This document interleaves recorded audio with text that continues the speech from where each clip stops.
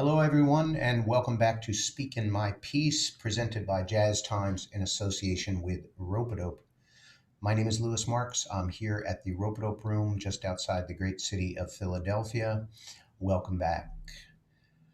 If you're not familiar with the show, here's what happens. Guitarist Dekel Bor, who has played with many of the greats, Pat Martino, Billy Hart, Johnny Griffin, legends. His new record, Let Love Rule, was released here at Rope-A-Dope this summer, and he's making best use of his time in lockdown by connecting with some of the finest jazz musicians on the planet. It's a casual conversation, but I'll warn you, his knowledge of history is deep, so we get into some great conversations. Today, we have the great pleasure of welcoming Danilo Pérez. Dekel speaks so highly of this gentleman as a centerpiece in jazz. I'll just read a quote from NPR to kick it off. Danilo Pérez is a man with some serious jazz cred. The Panamanian pianist got his start playing with Dizzy Gillespie and continued with Wayne Shorter. As a composer and bandleader himself, he's practically peerless. I did a little bit of research, the usual things, and I want to recommend to people, because I learned a lot, I want to recommend first to go to his website and check out the Alt Latino video that Felix Contreras did with Danilo Pérez. It really starts you off with a sense of the history of Panama.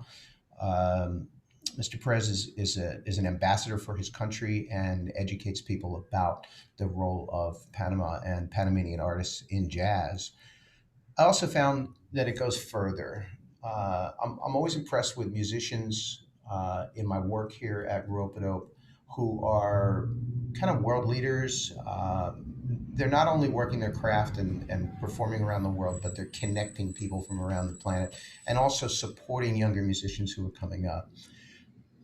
Danilo Pérez takes it a full step further for his country and for humanity with the foundation Danilo Pérez, and we'll post the link how to get there. But it's a fascinating story of an organization that is supporting human growth and understanding with music as a starting point. And I hope we do get to talk about that a little bit in the show today.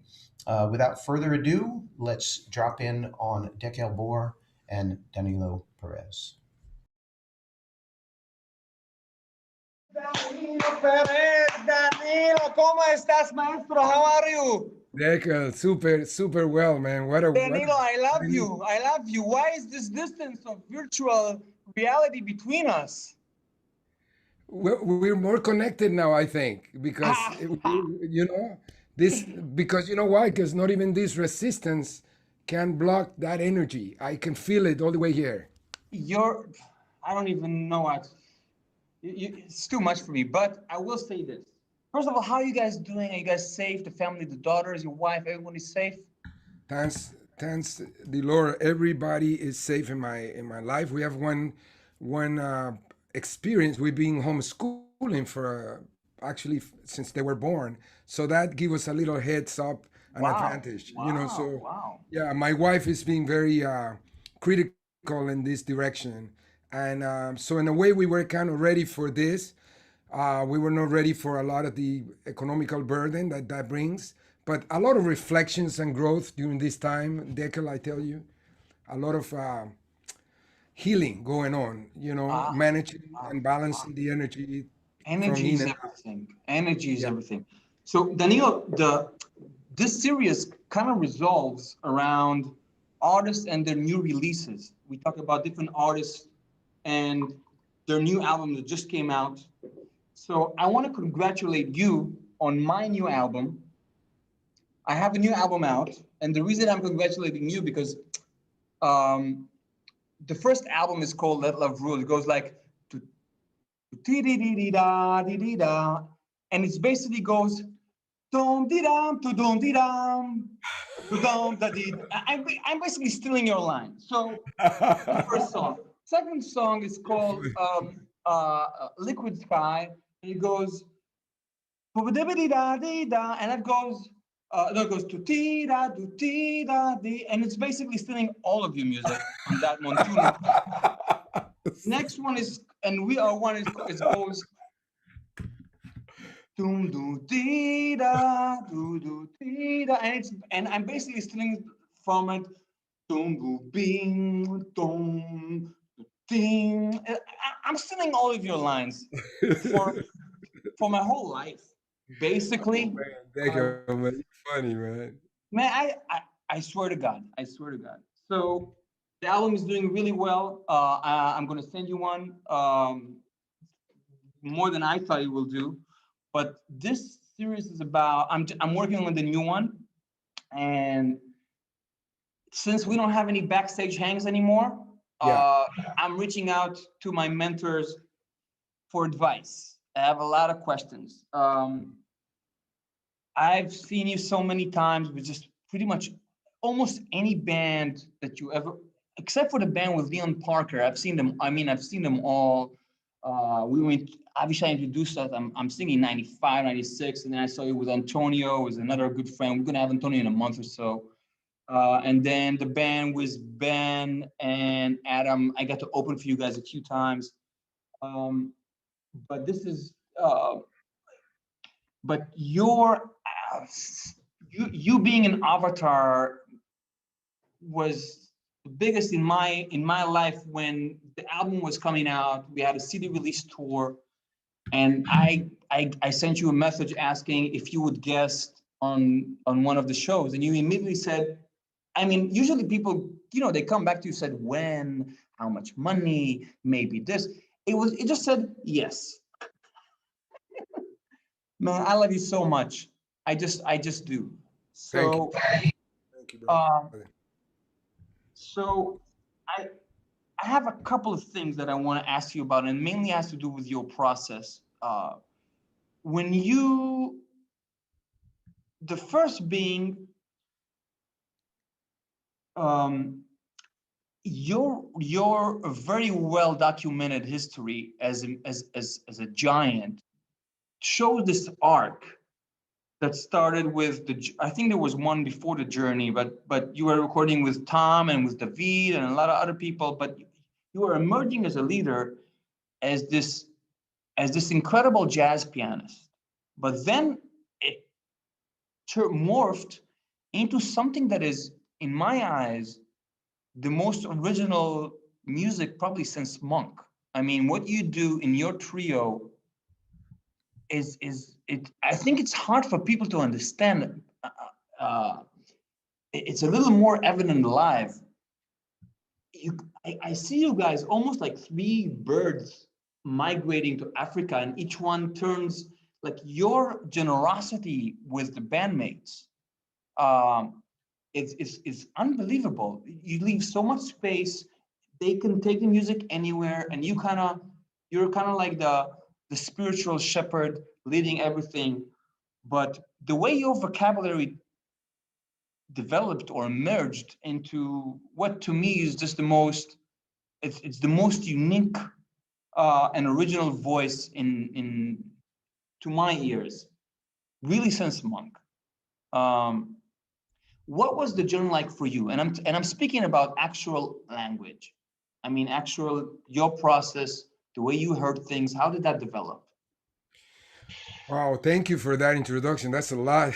That's a lot, and that's make me so responsible. But one thing I can tell you, Derek. First of all, much gratitude for this invitation to have this kind of space, because this is one of the things that nowadays becomes so valuable and crucial, to have this human exchange through the internet. But in order to answer that question, it's a complex question, but I can tell you about my growing up in Panama and having lived in the United States for most of my life. I think a key word for my work has to do with intersectionality. If you see there that little bridge in the back, that's the bridge of the Americas. And I used to, that's the separation of the United States, when that was the country of United States in Panama. And but that little piece of bridge is what unite the Americas, and also serves as a vessel for the whole world to go through it.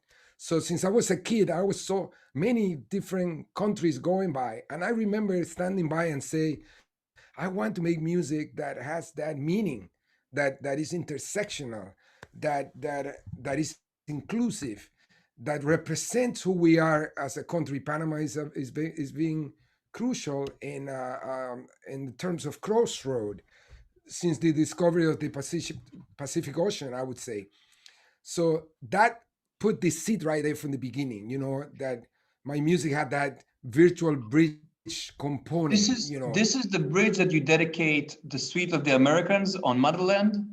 Exactly. Ah, Yeah, exactly. And that's that little space there where the world comes together. Everybody goes through there. It's like the exit in the South Sea of the Panama Canal. So there's something meaningful, to me about that purpose. It's always been in my head to create music like that. And then when I started to play with people like, for example, Dizzy Gillespie, um, you know, Roy Haynes, for example. Roy Haynes, I've seen you with Roy a couple times. It was unbelievable, oh, unbelievable. but you know what, Dick? He was the one that told me, I bet you don't know who gave me my first break in New York. And I said, oh, not really. He said, Louis Russell. Louis Russell was from Panama. Wow, wow, This is wow. when I moved from Panama to the United States. I started learning about Panama jazz history. So he said Louis Russell was the orchestra that Louis Armstrong became well known with. He was the Unbelievable. leader.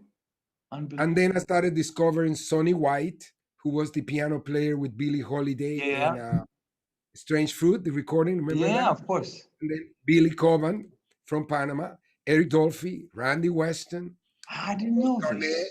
Carlos Ward. Um, Even Bobby Sanabria told me that Wynton Kelly is from Panama because there's so much history that is invisible right now. So in a way, Panama already had a relationship of jazz with United States.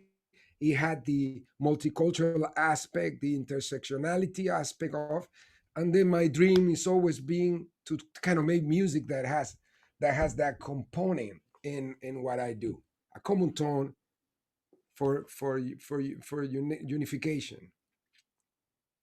And this was, how old were you at the time?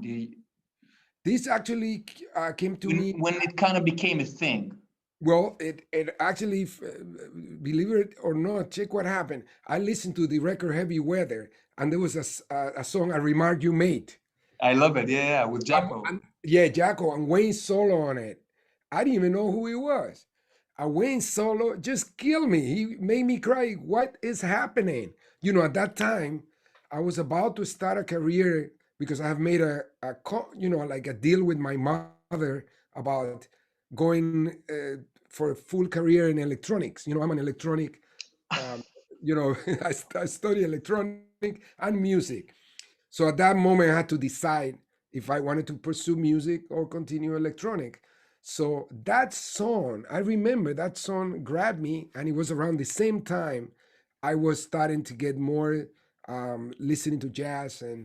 But that song, that sound, that the tenor, and I had a neighbor also. He used to play all the jazz record, hop tones.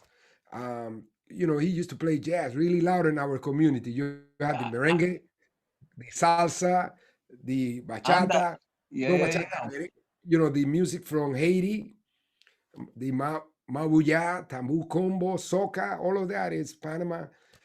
And he used to play all these jazz I do records. this. I do the same thing. I turn this thing so loud that blood is coming out of the cat's ear. I mean, the walls are shaking until the police is coming. I'm blasting Coltrane.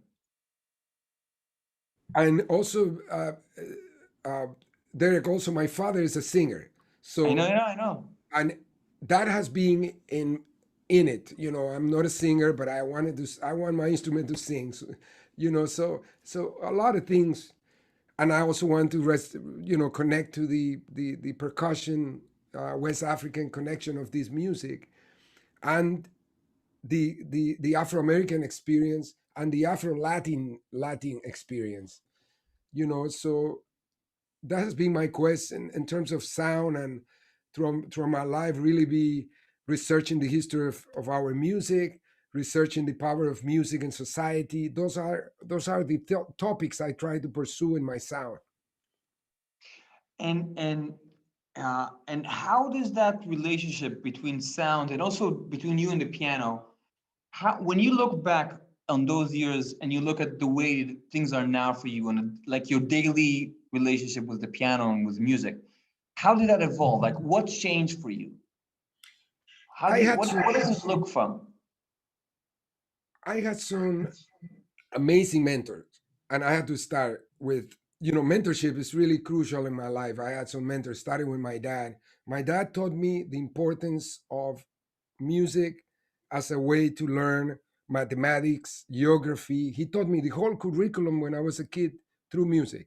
He wrote a thesis in 1967 that is, he was way ahead of his time, talking about the importance of education in the life of children to create a good citizen. You know what I mean? To create creative people that with imagination and all of that. He was working in that in the 67. So that's one great mentor. The other mentor I have some really good music teacher. My piano teacher was from Chile, and she said sound is everything. So she told me since I was 10 years old about sound is everything. And then the Dizzy Gillespie experience taught me about how to connect music and diplomacy. So Dizzy taught me it's not just about playing, it's about what music does for humanity. What was it like? You were super young. What was it like for Yeah. you to play with the godfather of jazz, bebop, and the Afro-Cuban jazz? I mean, it has. What was it like? Wow, it was scary. Monty Alexander was playing the gig.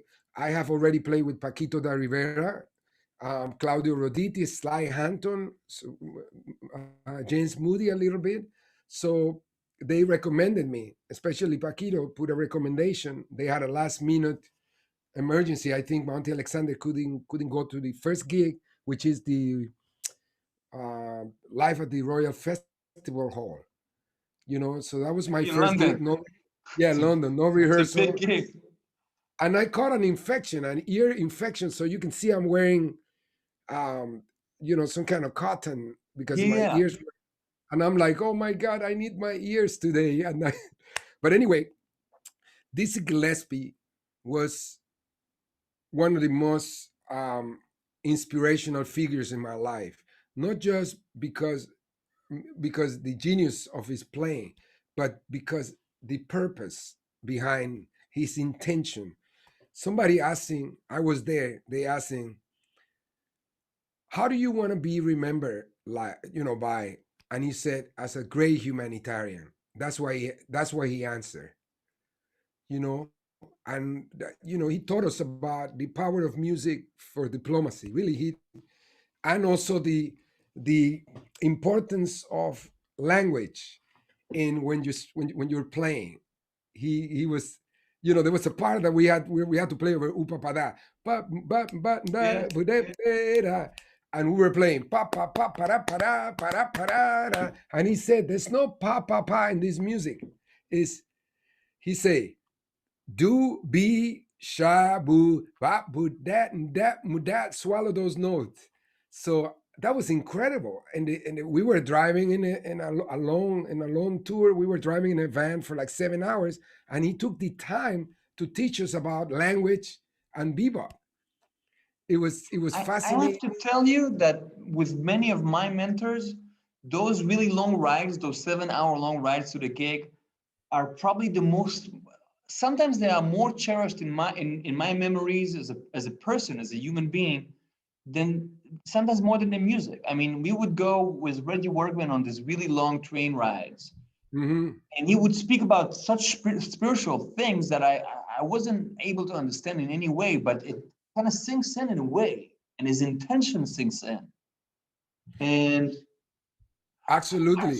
I cherish Absolutely. this so much. It means, I mean, sometimes on the way to the gig, there's a connection between people that it's sometimes there's no rehearsal that can do that. Well, you know, Dekel, I was thinking about that, and I was thinking about that today. We had a master class today with Diane Reeve and Terry Lynn Carrington at the Berkeley Global Jazz Institute. Terry Lynn told me you guys were born in the same month or something. I mean, In the same same week, year. same month. Yeah, we brothers and sisters from another. He said from another mother. She said, "I'm her brother from another mother." Yeah. But you know, one of the things that we were talking about was about the concept of a spiritual co-creation, which involves a lot of things that relates to what you're talking about. For example, the idea that you only rehearse on the bandstand, that's not really what it is. You actually were rehearsing on those 7 hours because you were getting to hear their thoughts and their purpose, and the way they talk is mostly very closely to the way they play. It's very related. The spacing Completely. and everything. It was amazing. Yeah. Yeah. Completely. And that's when you learn that there might be a surprise thrown at you in the next gig. So that's always a trick I learned from the oldest. You know, my first gig with John Hendricks, the great jazz singer, we have been preparing for a whole couple months. And right on the gig, the great John Hendricks, he's told me, I have a sore throat. You're going to have to change all the keys on me. I was 19, Derek. It blew me in pieces. I couldn't do it. I couldn't do it. And I cried. And then on the ride, I got, he gave me another spank, and he told me, Art Tatum had photographic memory. He could remember everything. He could change all the keys because he used to practice with Art Tatum. And I'm like, man, Wow. I am not that quarter of that at all. He made me cry, but then I called Wow. my dad. I called my dad and I said, Dad, this happens. I don't think I want to play this music anymore. It's not fun, and I work really hard. And my dad said to me, you know what? You always wanted to do this. You're in New York now. So today was the rehearsal for tomorrow.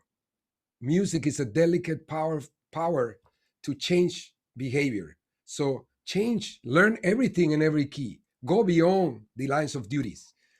And that's when I learned, to kind of those 7 hours, right?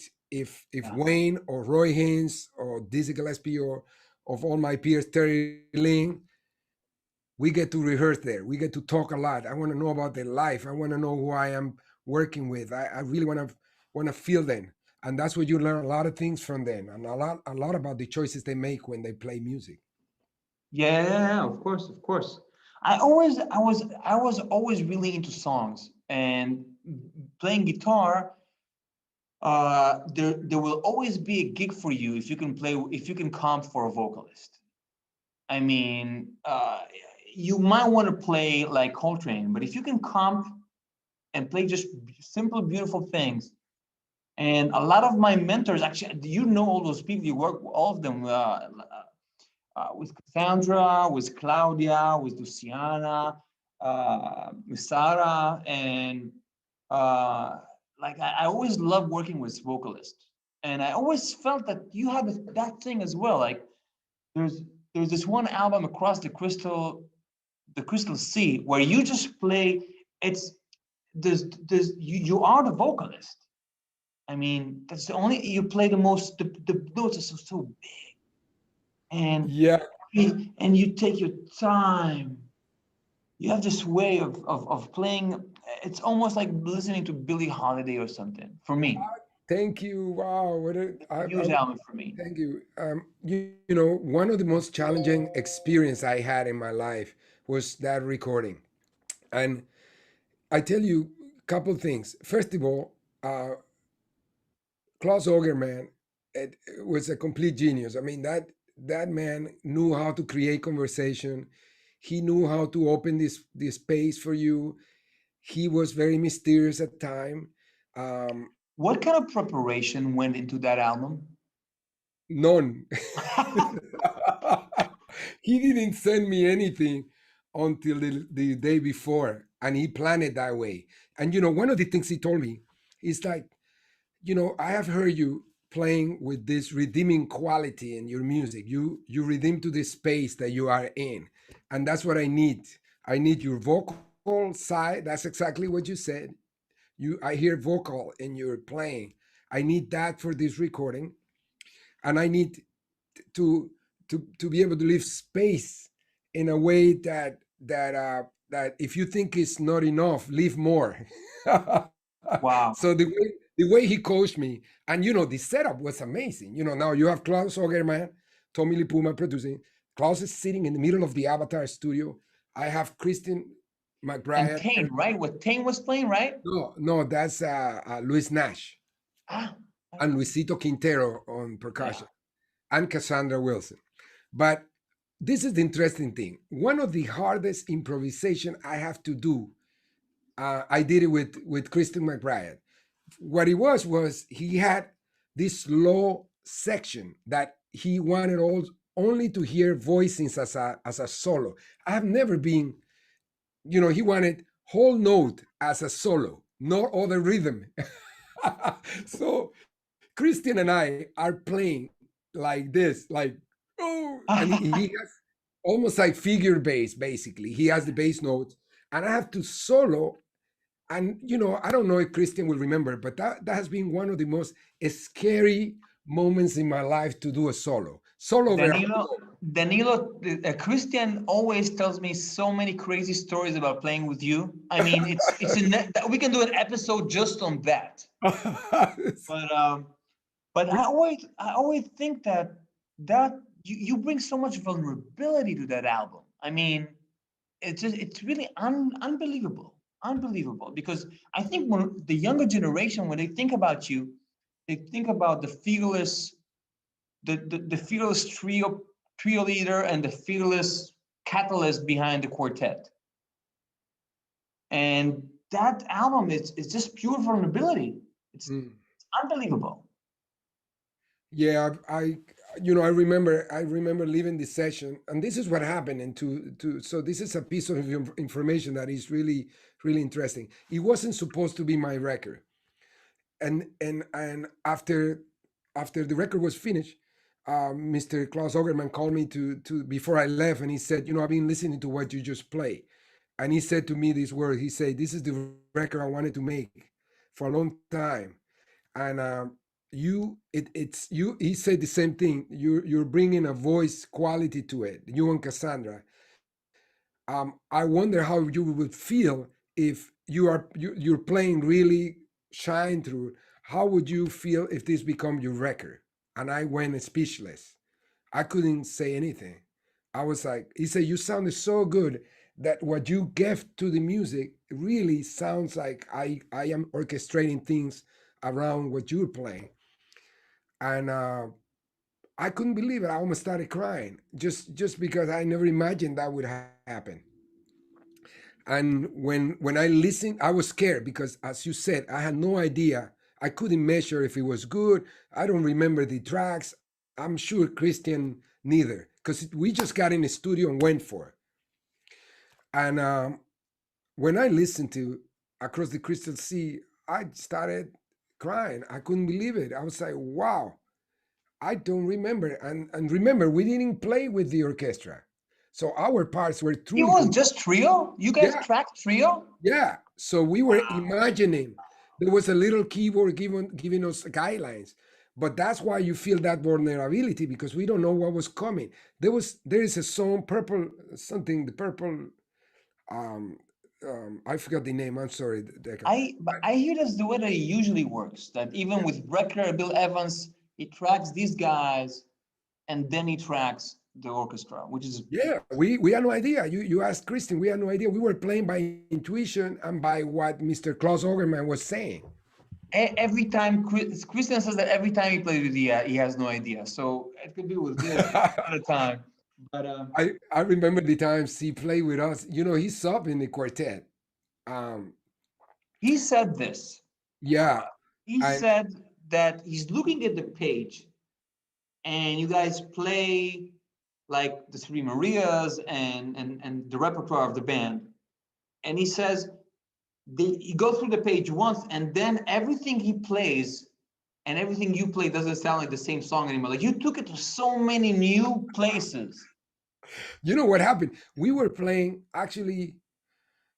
Uh, we were playing songs before. We never played anymore. We were playing standards of Wayne, like the first, like the Yeah. Speak No Evil period, and one of the that was the second year, I think. It was a gig in North Sea, if I don't Completely. You're yeah, completely right. yeah. So what happened is I really felt powerless because I wanted to help him. Like what he asked me, like what, I think he called me and he said, Danilo, you have any idea about the set list? And I'm like, oh, Christian, I'm sorry, I have no idea what we play. So I say, okay, fine. So he called um, Brian, and Brian said, bro, I'm not sure what we'll be playing. And then he called Wayne, and Wayne even said something more confusing. So he was like, oh my God. But the true, honest truth, I had no idea what was happening. At that moment, we were playing.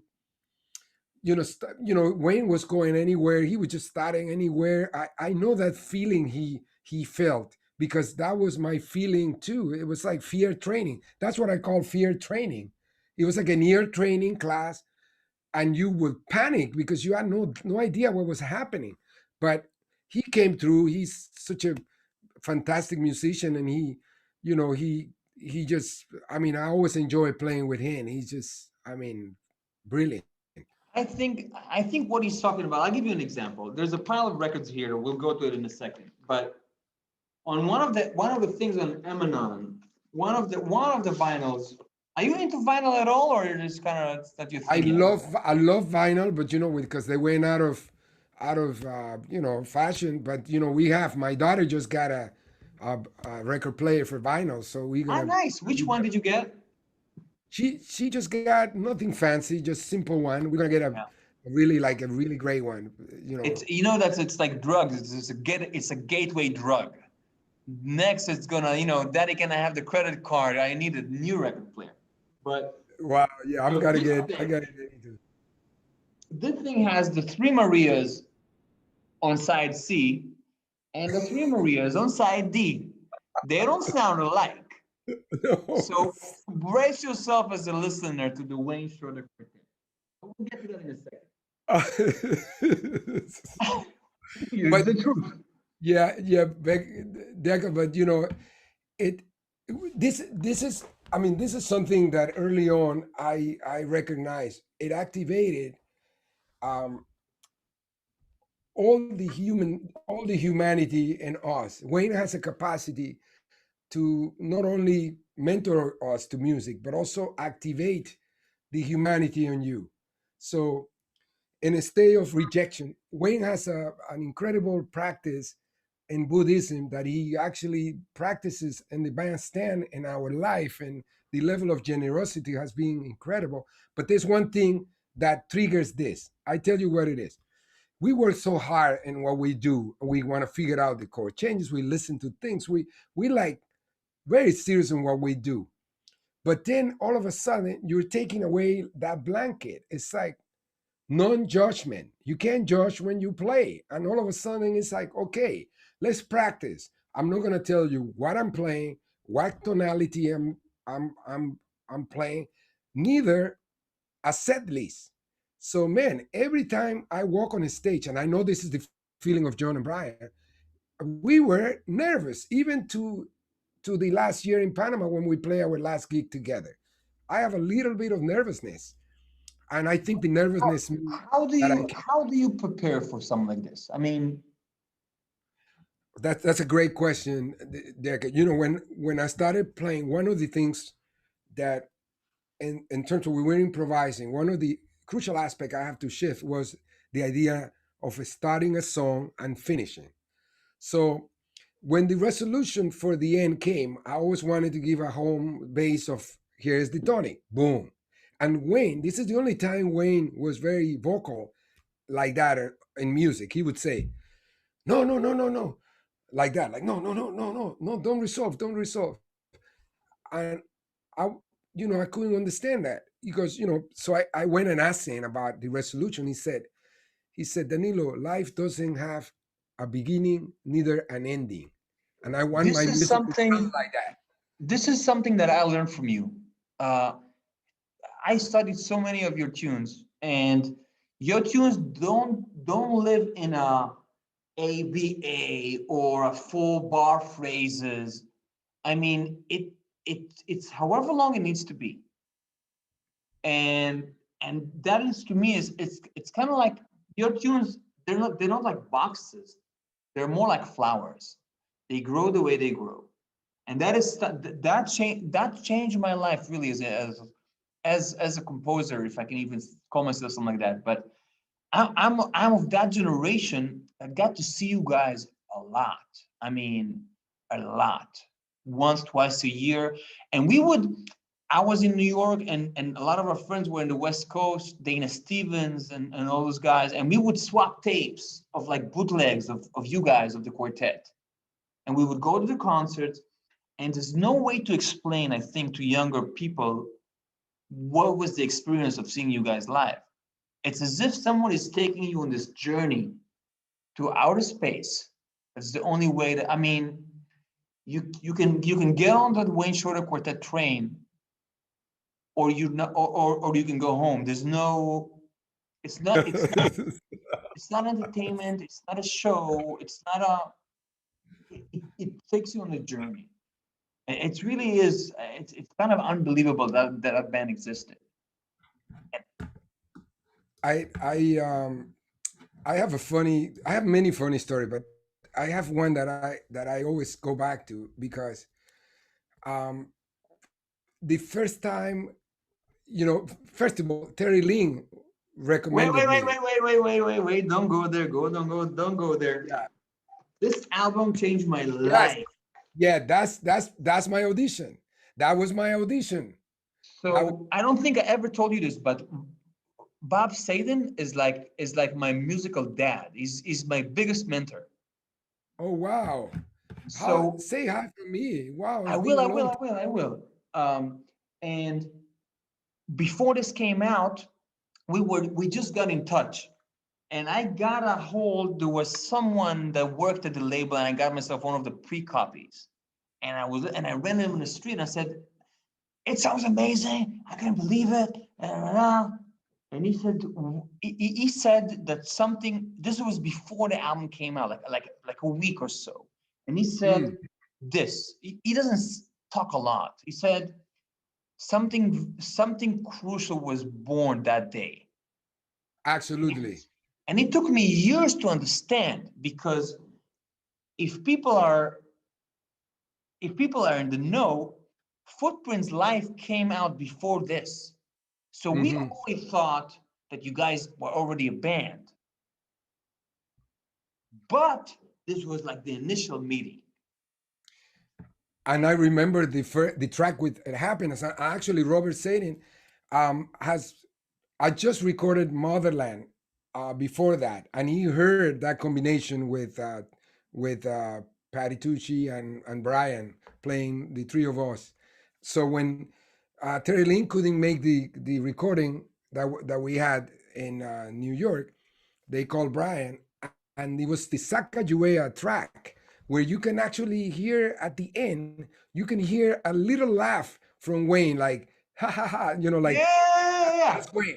But to me, that means, wow, I found some, we're gonna have fun. I think after that we got the call to do a gig in Champaign, Illinois, and then we did another one in Savannah, in the south of the United States, somewhere in North Carolina, Savannah Festival, something like that.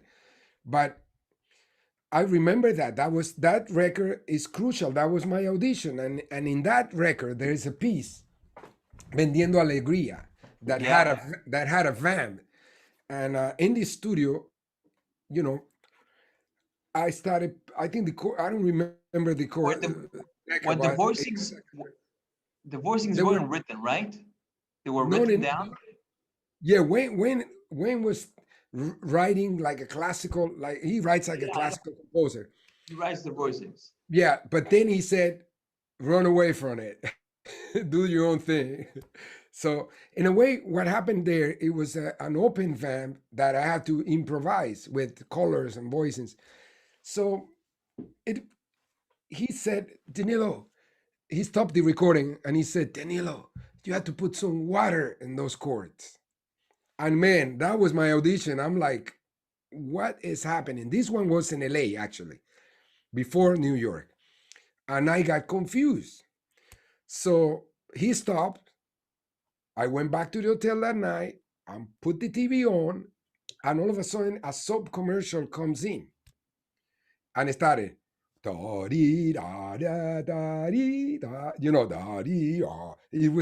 there were a lot of fifth, and all of a sudden somebody coming in like taking a shower and rain and all of that. It was a soap commercial. And I said, wow, that's it. I gotta go into um, it was something like that, like or something. I don't remember, just bunch of fifth.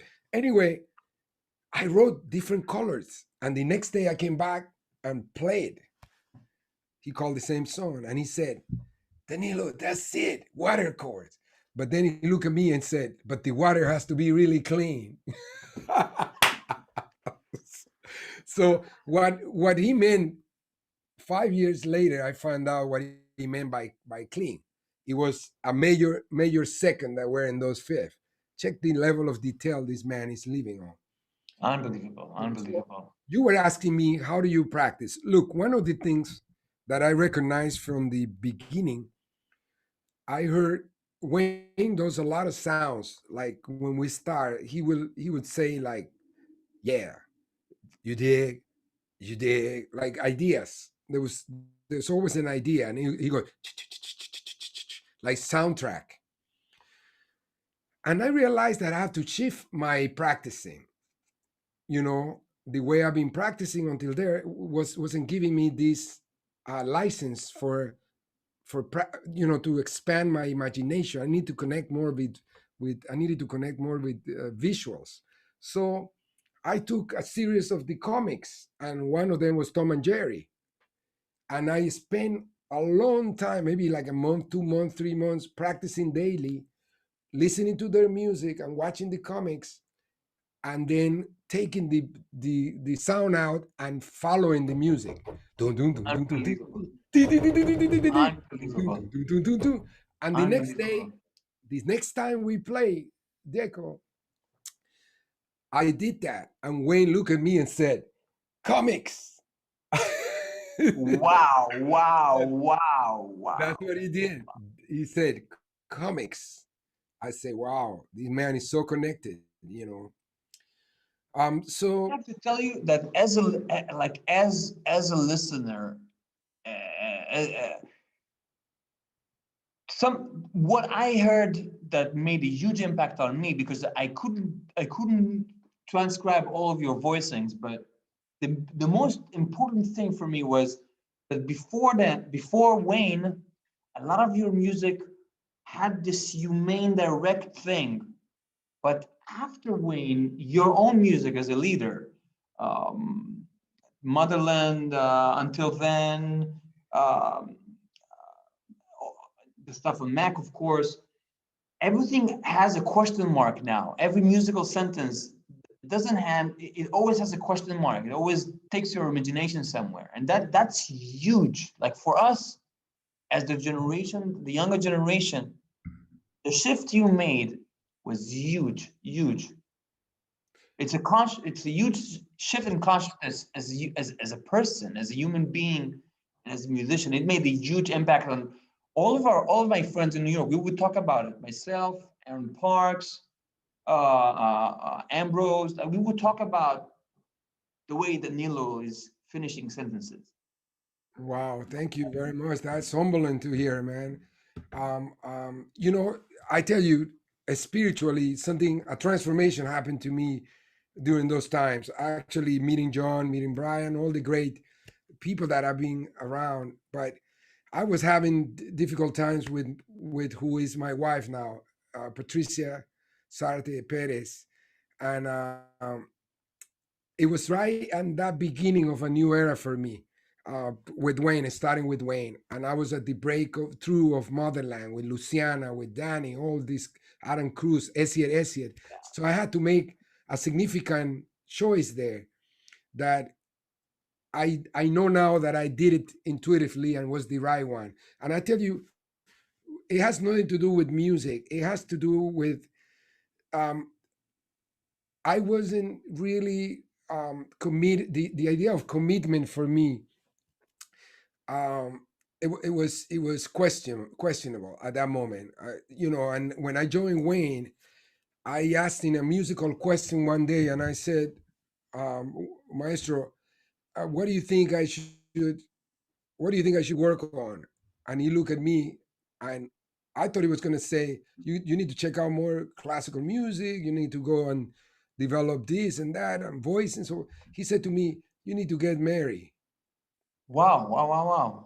And I took it very, I was disconcerted. I don't know what does that mean about that? He just said that. And years later, we are family now. So Carolina Shorter, who is, a person we love, his wife, told me that he was really concerned about Danilo think he needs more music to learn more music to to grow, and he doesn't understand that he need to get married to collect more stories about another perspective so he can tell those stories on his music. And man, I follow his advice. And man, and I'm telling you, Dekel, I always think about that moment. It's a crucial moment for me because it's a call. It's the ninth inning. It's 3-2, and I had to make a decision. But it wasn't just going and playing with Wayne. It was about making a spiritual choice in my life that would make me confront that place that I was running from, commitment. I had my manager at that time, Robin Thompson, uh, an incredible person in my life. All these people that have been accompanying me to all the years of development. And at that moment, I felt that I had to make a choice, um, in terms of how the next phase of my life. And I felt very strong. It was a call. I always feel the calls. It was that call that Wayne did, and I answered it. And you know it's it's been one of the most therapeutic workshops and friendships and family that I have been involved with in That's my life. unbelievable, unbelievable. But it's unbelievable. But I can tell you that for us, that band is by far the most important band, the most consciousness shifting band. It's one of the few that you can count on a very small hand. It's kind of unbelievable. So if we're talking about some musical stories, I want to ask for your input on things that I think relate to you in somehow. The first is Eddie Palmieri. It's just an amazing album, but you always have that thing in your playing that makes people dance. I've seen people dance in a concert hall to your music. I mean, what does that mean to you? Like, what does it take you? Well, my relationship with this music comes from my father. I grew up I grew up listening to people like Peruchin, Cachao, Eddie Palmieri, Bebo Valdez, a lot of the great masters of Cuba. My dad also worked with, like, he shared the stage with people like Benny Moré. And I Wow, had wow, wow, wow. Orlando Contreras at my home when I was a kid. And Panama had an incredible scene of like, they call that tambo jazz, which is a Panamanian rhythm. So I grew up in the music that were basically danceable, where the piano was playing the role of the drums, and my first instrument was the bongos. So my dad gave me that appreciation, that he provided that structure for me to relate. He actually would learn the piano solos. My father could sing it, and he would pass it on to me. So when I was 6 years old, I heard Papo Luca from Puerto Rico, who is an swinging pianist, and together with Eddie, they have been able to create some amazing records, Latin and Latin jazz also. So definitely big influence, and I think the connection with Eddie is, I know he is also, beside being Eddie, I think we have a tremendous affinity and love for the music of Monk. Yeah, definitely. And I also get a feeling that both of you guys are shepherds in a way for our generation. Many of us feel this way towards you, and I know that the generation above us and above you, he was a shepherd for a lot of guys that came after him. He opened a lot of doors, which is how we feel towards you, Danilo. So yeah, he did, and also Charlie Palmieri, his brother, was very crucial. Yeah. So another one I picked was Benedetti, which I always think that your touch. I knew this. Yes, absolutely. I hear it in you. Man, that's humbling. I'm still working. There's a lot of work to do, but this is, I mean, his interpretation of the Debussy preludes, everything he did has such a voice quality, and just he just make the piano sings. I just, I took a time where that's what all I listened for a long time on the road. Wow. Yeah, I just love, one of the things I love about him, Dekel, that a lot of people don't really talk about, is the idea of decay. In other words, we are we are taught to play the piano, but we're not really encouraged to hear when we should stop the sound to play the next note. So there is a timing in it. And when he played these pieces, he creates this single quality of voice as a tone by the mastering of not only the gravity of his weight, of course, but also the stopping at the right time to play the next note. That just fascinates me. But I always felt, especially with Across the Crystal, the Crystal Sea, but it's very evident all over your playing that you and almost no one else, Bill Evans to a way, and for my generation, Aaron has that you understand that the note is not where the hammer hits the string, it's until it finishes. Like Absolutely. it's only born when it hits the string. Then the Absolutely. life begins. It's not a tick thing. And I gotta get props to my, one of my gurus. She's a teacher. She's from Israel. Her name is Edna Golansky, and she Oh, directed Golansky Piano Institute. I went to her because a student of mine, Sakai Curtis, was having issues with tendonitis. And man, I end up, she broke it down scientifically for me that I had to stay. I became her student, and I miss her, and I'm ready for another lesson.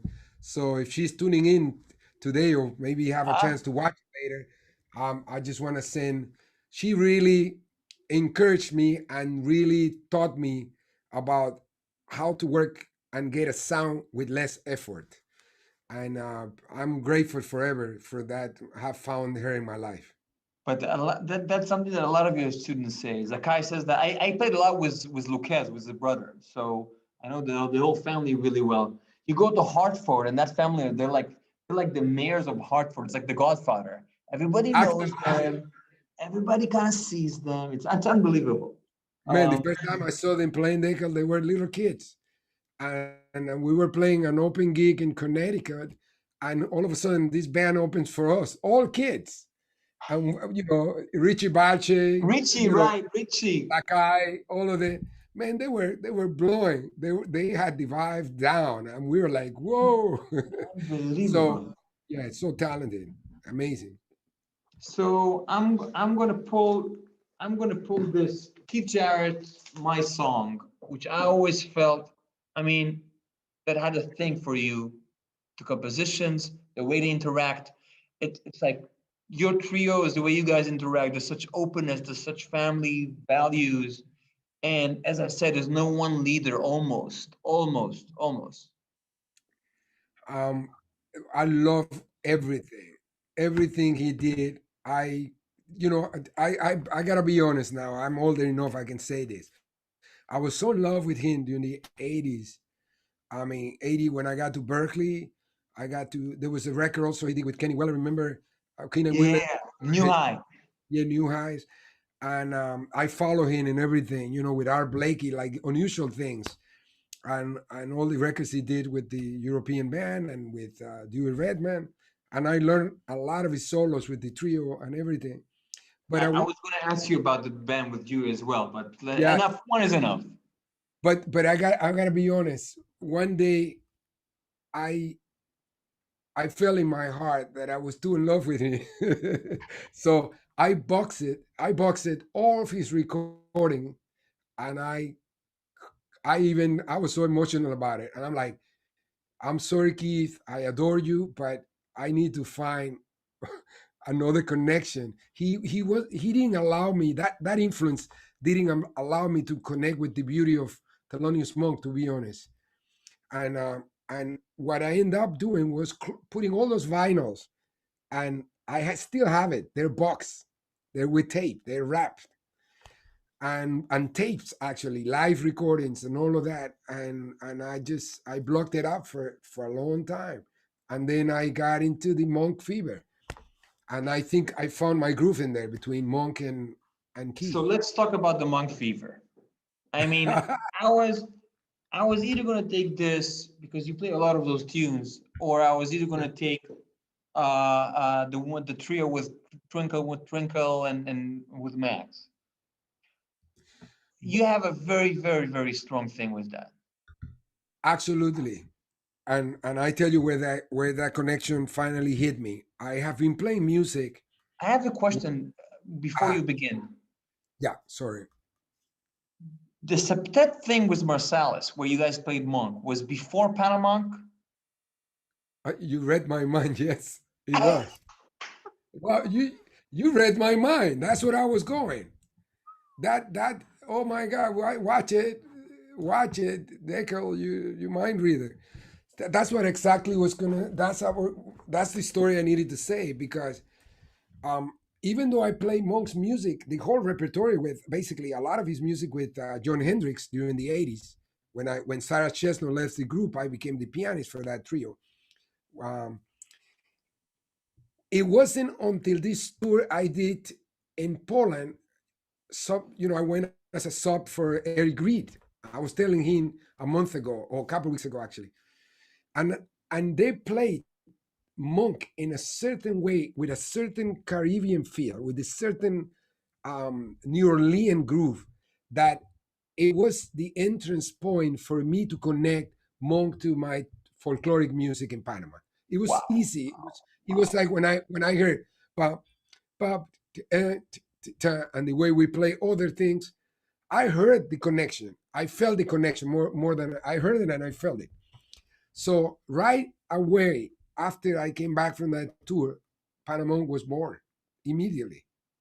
Yeah, yeah. I've seen you guys play that thing live. You make it dance like. I mean, it's unbelievable. It's really unbelievable, unbelievable. And this is way before it was cool to play monk tunes. I mean, you guys kind of, Right. it's a At, huge at that statement, huge. and it's interesting because a lot of people ask me sometimes, even Jerry Gonzalez asked me if I was aware of the Rumba para Monk, and I wasn't at that time. So that's why my perspective was even more Pan African. It's like the connection of Monk with Pan Africanism, and his connection was strictly with Cuba. It was amazing, and the Abacoa. And He really did it amazing. But then I discovered, and he was we talk a lot about this, and he said, "Wow, you came out with another take on it." It was like more in the realms of Panamanian, Caribbean, a little bit of Cuba too, that connection. so I have a few more here. Uh, I have a few more here. I have my dad playing marimba, talking about dads. But I have some chick, I have some Herbie. But I wanna kind of reach what we're really here to talk about. I wanted to take one of the Coltrane quartets because there are just too many similarities. you guys, for us, are the most important band and the most influential band. Um, I think I even said, I keep saying that to people. There's never anything I play that doesn't have your thing in it. That's the and but if I take and there's also similarities. Uh, McCoy was like the most unique voice of his generation in a way, and for me you are, for many of us you are, and but I think the thing that people connect the most with that band and what you do is spirituality. I mean, that's the first word. You anyone if you talk about the Coltrane, that's the word they use. Uh, and for us, I think you always been that guy in many ways. That you embraced me when I was 15, 16. I mean, um, so I want to ask you. I'm sorry to put this burden on you, Maestro, but as the godfather for many of us, we live in very challenging times. All the gigs are gone, no money from record sales, but all of us, all we want to do is play. Um, and there's very little rewards for greatness in music anymore. And but yet that's what you guys teach us. And now all of us are at home, a little more than 6 months, and I think it throws all of us to different directions. A lot of us, we compose more, we interact more, we listen a lot more. And I wanted to ask you, where does it take you? I mean, from where you see this, what does it seem like? What does it seem like? It's a very powerful questions. I'm gonna reverse it a little bit and say, what have you been thinking about during these times? Um, Honestly, yes. I think every day that I'm so grateful. I'm grateful for my girlfriend. I'm grateful for the house. I'm grateful for the food. Every day I see people who are less fortunate. And every day I think to myself, A, I'm just grateful. I have so much to be grateful for. And I don't take it for granted. And B, I think that I don't live a religious life, but I believe in God completely. And I think that this must be a very difficult time to live if you don't believe in something. Mm-hmm. I mean, that has to be very lonely if you don't have that faith to carry you through this year or through this challenge or um and I'm also thinking that this is a chance to go deeper as musicians. I mean, music is, imagine everybody talk about that music is free now and it's useless, but imagine going through quarantine without music. That has to be hell. I mean, it's so needed. And I can only imagine if people knew what it's like to see you guys live, the way people react, the people dancing on the chairs. That is so needed now. I mean, I want to see you tipping with Ben and Adam. Like I want to get that uplift. It's I think it's more needed now more than ever. I mean, that's kind of where it takes me. I'm spending many morning. I wake up every day very early, and I take the guitar for an hour until everyone wakes up, and then I go to the. I think this is time to do our work so we can do better for the people that need this. I need this. That's kind of where it takes me, and I'm thinking that this is a chance for me to make a shift in my conscience. This is the reason I'm doing this. I'm speaking to you. I'm speaking to McBride. I'm speaking to all of our older brothers. Or I think we're looking for ways, and we also speak a lot among each other. I mean, Master Kazaki, we speak about Monk every couple of days. Um, with Julian, and we talk with Aaron Parks, with Logan Richards. We talk almost every day, just kind of seeing how are you coping, where are you taking this, And I'm also calling the elders all the time. I'm calling Reggie Workman, Billy Hart. I mean, just I don't want to the point where I don't want to call too much.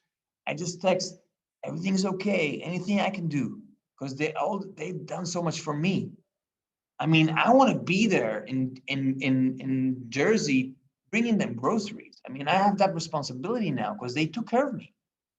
So this is kind of where it takes me. I think you being here and saying all this is just another example of how we form a community in the most incredible way, musicians. We depend on each other to make the music work. Um, That's yeah, that's beautiful. That's fantastic. I mean, one of the things is, for me, it's like, we're living in a times we have a lot of resistance, you know, and Wayne has inspired us, and has, and as Dizzy Gillespie and my father too, and my piano teacher in New York talks about this too, is that to recognize that in those times of resistance, there are signs for us to know that we are creating value in society. This is the time, as as Toni Morrison said, there's no time for despair. It's time for action, and it's the artist. The relationship with silence, actually, for us has changed, which is important. We need to be nurtured, and we need to hear silence in a way that reactivate our creativity and imagination, and it makes us feel that through what we do, we become explorers, we become healers, we become activists and visionaries in everything that we do. This is the power of what we have in our hands. So making music, making art is essential to speak truthfully to power, and to dream, and to dream with new realities, and ultimate see the change in the world. So right now we have the perfect scenario. Incredible resistance from the our president, which I'm not going to mention his name. The systemic racism in the United States is incredible. The inequality and gender inequality is huge. Everything is at us, but we are responding with this time of reflections in a lot of the things that you were talking about. We are having that urge to call our friends, to be engaged in a conversation. um, we we we need to activate something that is called duty of care for each other. It's a duty to care for each other in humanity. And I part of where I get my inspiration, when these George Floyd things happen, I was depressed for like couple weeks. Not I didn't go full blown depressed, because I have an incredible wife who is an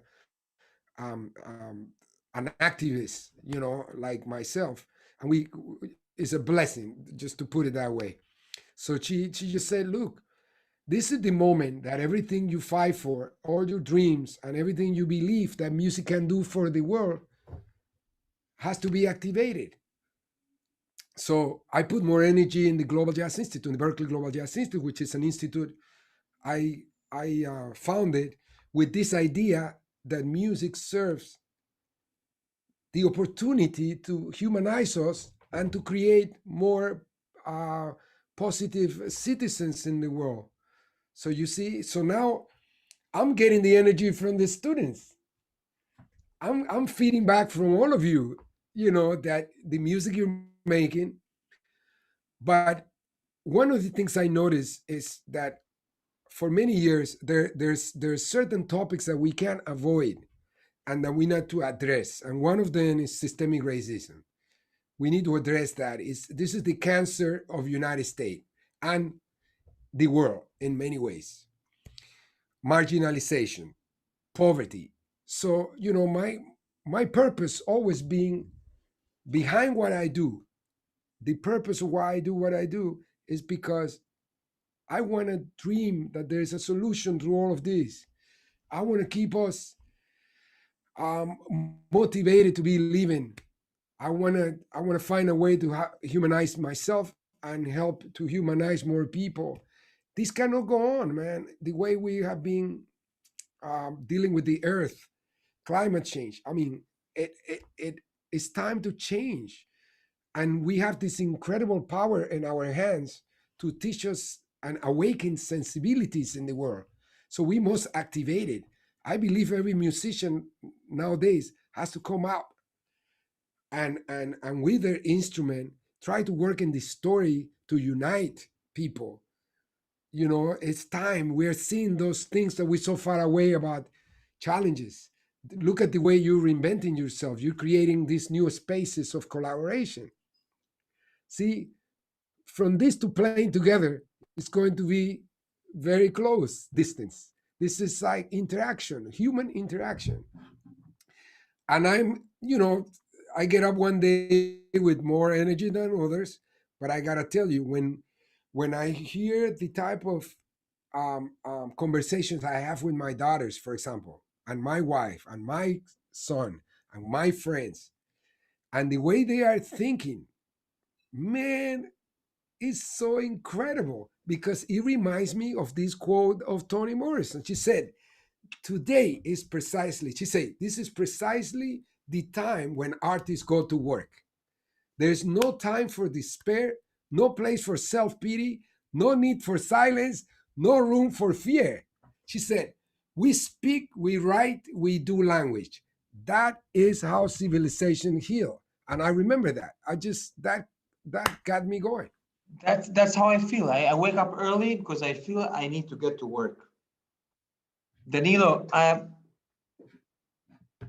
thank you. You always been there for me, but I have to say, your music changed my life and shaped who I am. And I love you. And I'm waiting to see you again real soon. And stay safe and your family. And take care of yourself. You're a role model for so many of us. Um, and yeah, I can't wait to see you real soon again.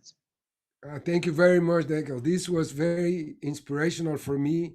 Thank you for this opportunity to exchange in this way.